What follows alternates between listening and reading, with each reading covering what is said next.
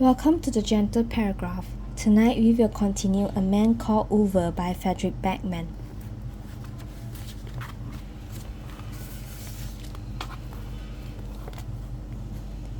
Chapter 4.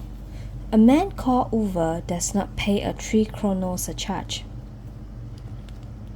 Uwe gives her the plants, 2 of them. Of course, there weren't supposed to be 2 of them. But somewhere along the line, there has to be a limit. It was a question of principle.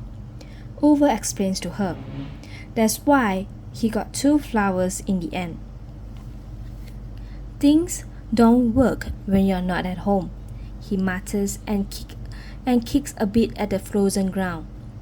His wife doesn't answer. There'll be snow tonight, said Uwe. They said on the news there wouldn't be snow, but as Uwe often points out, whatever they predict is bound not to happen. He tells her this. She doesn't answer. He puts his hands in his pockets and gives her a brief nod. It's not natural rattling around the house on my own all day when you are not here. It's no way to live. That's all I have to say. She doesn't reply to that either. He nods and kicks the ground again. He can't understand people who long to retire. How can anyone spend their whole life longing for the day when they become superfluous? Wondering about a burden on society. What sort of man would ever wish for that? Staying at home waiting to die, or even worse, waiting for them to come and fetch you and put you in a home. Being dependent on other people to get to the toilet. Uwe can't think of anything worse. His wife often teases him, say he's the only man she knows who'd rather be laid out in a coffin than travel in a mobility service van. And she may have a point there. Uwe had risen at 5:45, made coffee for his wife and himself, went around checking the radiators to make sure she had not sneakingly turned them up. They were all unchanged from yesterday, but he turned them down a little more just to be on the safe side. Then he took his jacket from the hook in the hall, the only hook of all 6 that wasn't burgeoning with her clothes, and set off for his inspection. It had started getting cold, he noticed. Almost time to change his navy autumn jacket for his navy winter jacket. He always knows that when it's about to snow because his wife starts nagging about turning up the heat in the bedroom. Lunacy, Uwe reaffirms every year. Why should the power company directors feather their nest because of a bit of seasonality? Turning up the heat 5 degrees costs thousands of kroner per year. He knows because he's calculated it himself.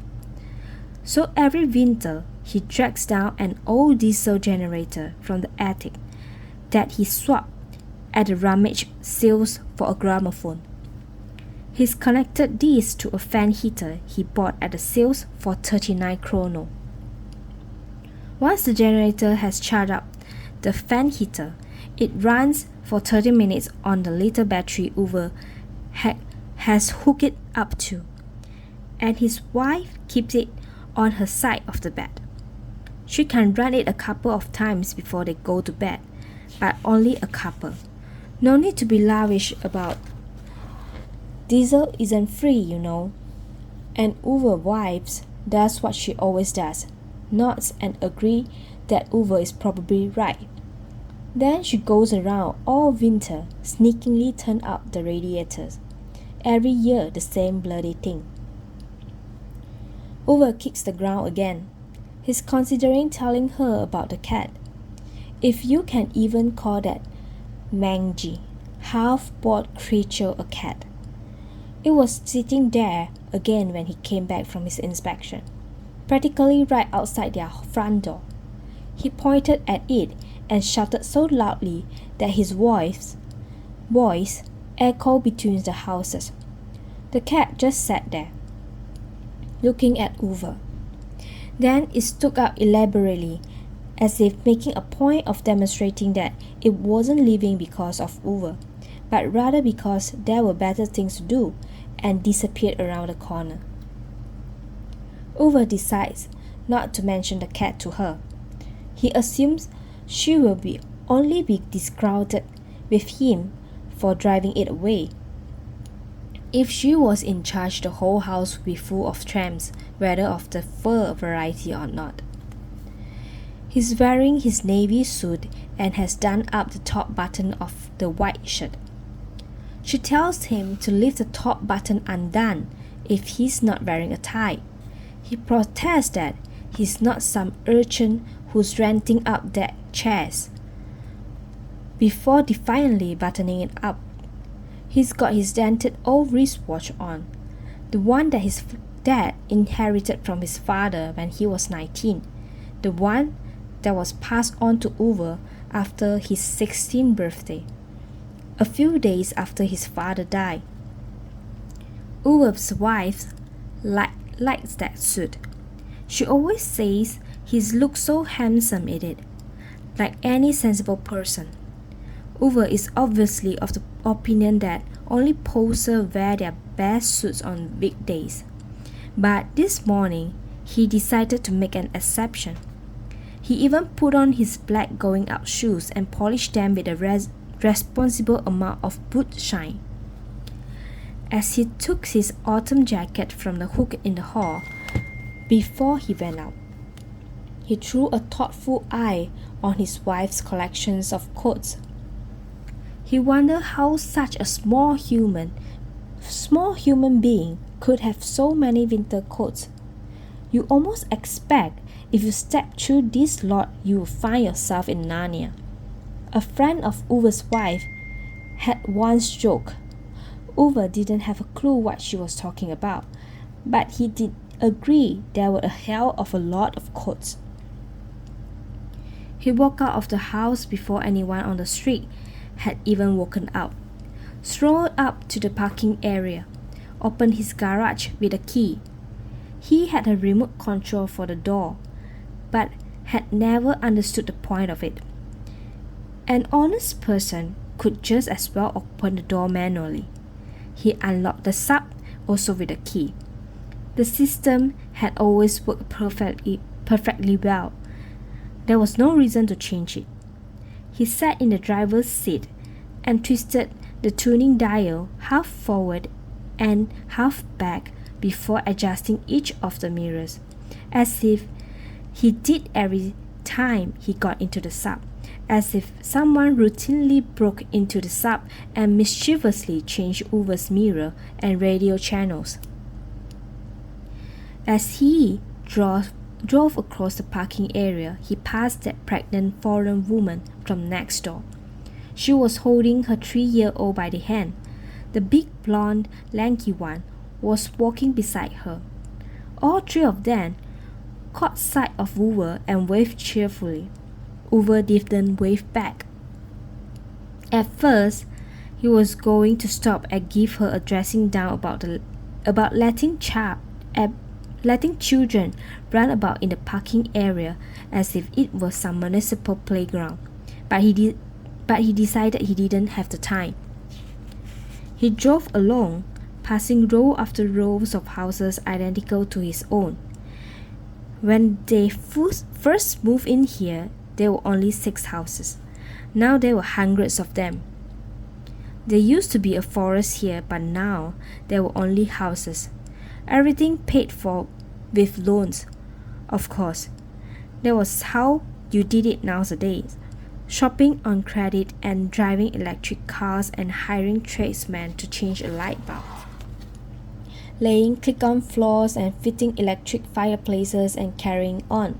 A society that apparently could not see the difference between the correct anchor bolt for a concrete wall and a smack in the face. Clearly this was how it was meant to be.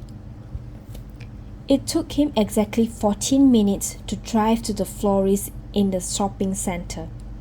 Uber kept exactly to every speed limit, even on that 35 mph road where the recently arrived idiots in suits came tanking along at 55. Among their own houses, they put up speed bumps and damnable numbers of signs about children playing. But when driving past other people's houses, it was apparently less important. Uwe had repeated this to his wife every time they drove past over the last 10 years. And it's getting worse and worse, he liked to add, just in case, by some miracle, she had not heard him the first time. Today, he barely gone a mile before a black Mercedes positioned itself a forearm length behind his sub. Uwe signaled with his brake lights 3 times. The Mercedes flashed its high beams at him in an agitated manner. Uwe snorted at his rearview mirror, as if it was his duty to fling himself out of the way as soon as these morons decided speed restrictions didn't apply to them. Honestly, Uwe didn't move. The Mercedes gave him a burst of its high beams again. Uwe slowed down. The Mercedes sounded its horn. Uwe lowered his speed to 15 mph. When they reached the top of the hill, the Mercedes overtook him with a roar. The driver, a man in his 40s in a tie and with white cables trailing from his ears, held up his finger through the window at Uwe. Uwe responded to the gesture in the manner of all men of a certain age who have been probably raised, by slowly tapping the tip of his finger against the side of his head. The man in the Mercedes shouted until his saliva spattered against the inside of his windshield, then put his foot down and disappeared. 2 minutes later, Uwe came to a red light. The Mercedes was at the back of the line. Uwe flashes his lights at it. He saw the driver craning his neck around. The white earpiece dropped up and fell against the dashboard. Uwe nodded with satisfaction. The light turned green. The line didn't move. Uwe sounded his horn. Nothing happened. Uwe shook his head. Must be a woman driver, or road work, or an Audi. When 30 seconds has passed without anything happening, Uwe put the car into neutral, opened the door, and stepped out of the sub with the engine still running. Stood in the road and peered ahead with his hands on his hip, filled with a kind of Herculean irritation. The way Superman might have been stood if he got stuck in the traffic jam. The man in the Mercedes gave a blast on his horn. Idiot, thought Uwe. In the same moment, the traffic started moving. The cars in the front of Uwe moved off. The car behind him, a Volkswagen, beeped at him. The driver waved impatiently at Uwe. Uwe glared back. He got back into the sub and leisurely closed the door. Amazing what a rush we are in. He scoffed into the rearview mirror and drove off. At the next red light, he ended up behind the Mercedes again, another line. Uwe checked his watch and took a left turn down a smaller, quiet road. This entailed a longer route to the shopping center. But there were fewer traffic lights.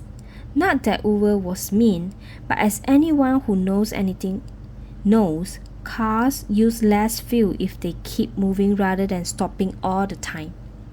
And as Uwe's wife often says, if there's one thing you could write in Uwe's obituary, it's at least he was economical with gas. As Uwe approached the shopping center from his little side road, he could just make out that there were only 2 parking spaces left. What all these people were doing at the shopping center? on a normal weekday was beyond his comprehension. Obviously, people no longer had jobs to go to. Uber's wives usually start sighing as soon as they even get close to a parking lot like this. Uber wants to park close to the entrance, as if there is a competition about who can find the best parking spot. She always says, as he completes circuit after circuit and swear at all the imbecile getting in his way in their foreign cars.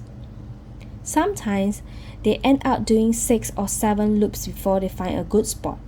And if Uber in the end has to concede defeat and content himself with a slot 20 yards farther away, he's in a bad mood for the rest of the day. His wife has never understood it. Then again, she never was very good at grasping questions of principle.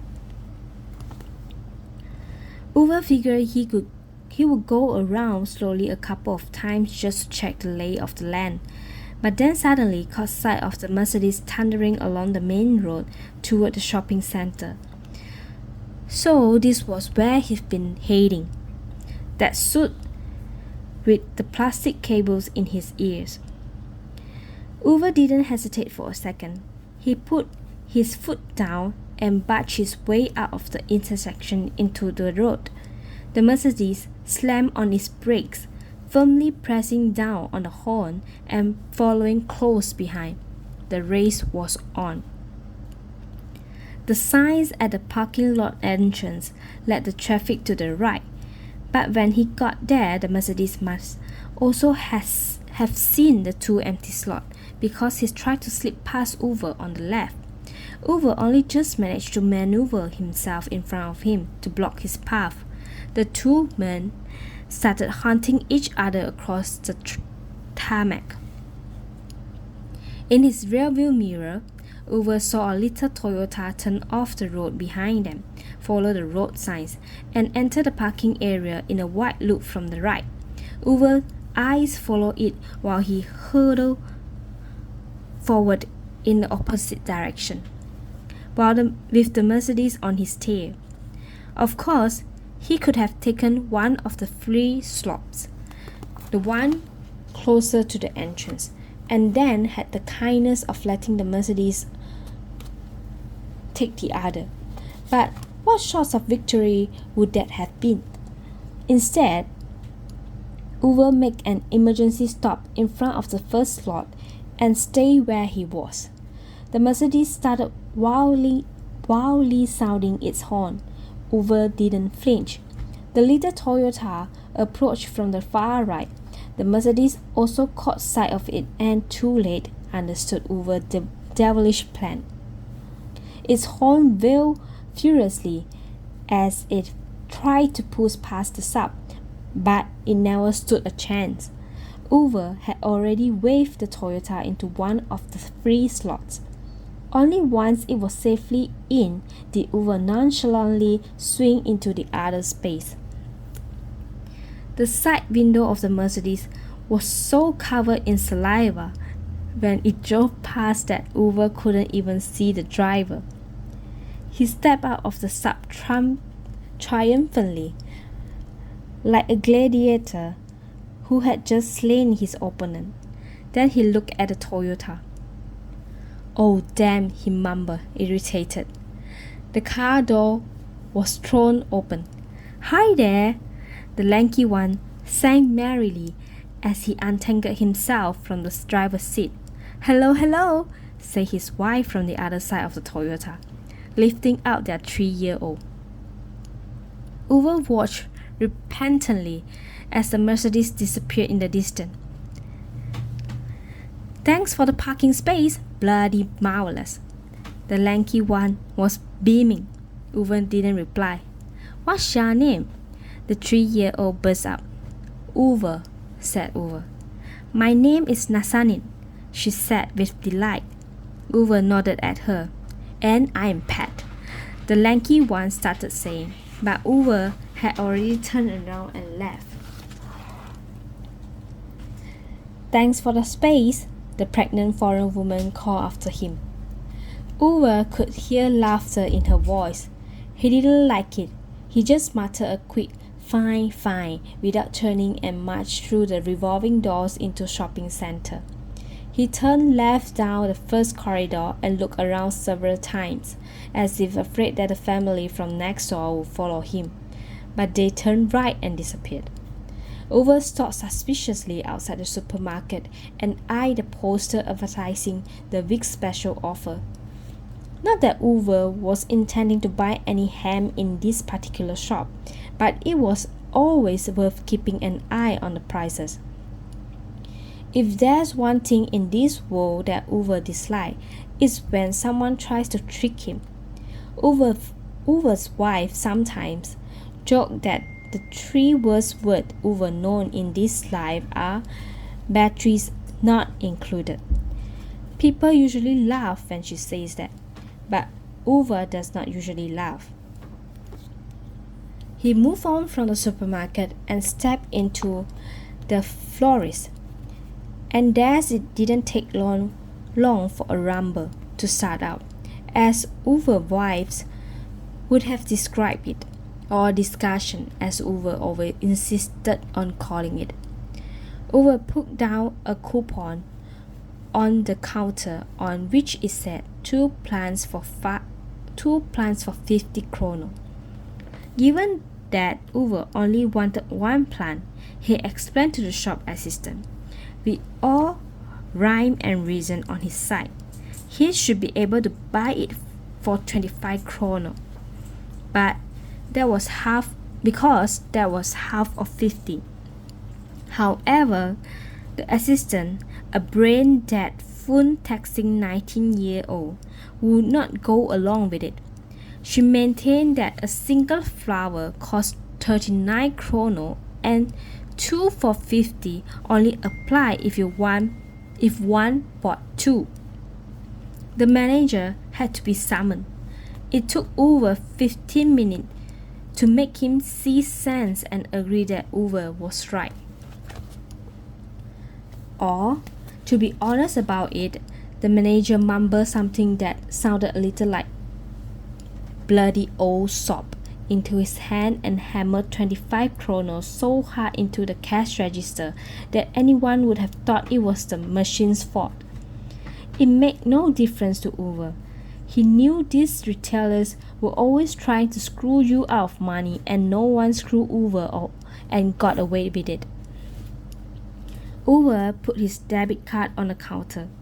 The manager allowed himself the slightest of smiles, then nodded dismissively and pointed at a sign that read, "Cards purchases of less than 50 kroner carry a surcharge of 3 kroner."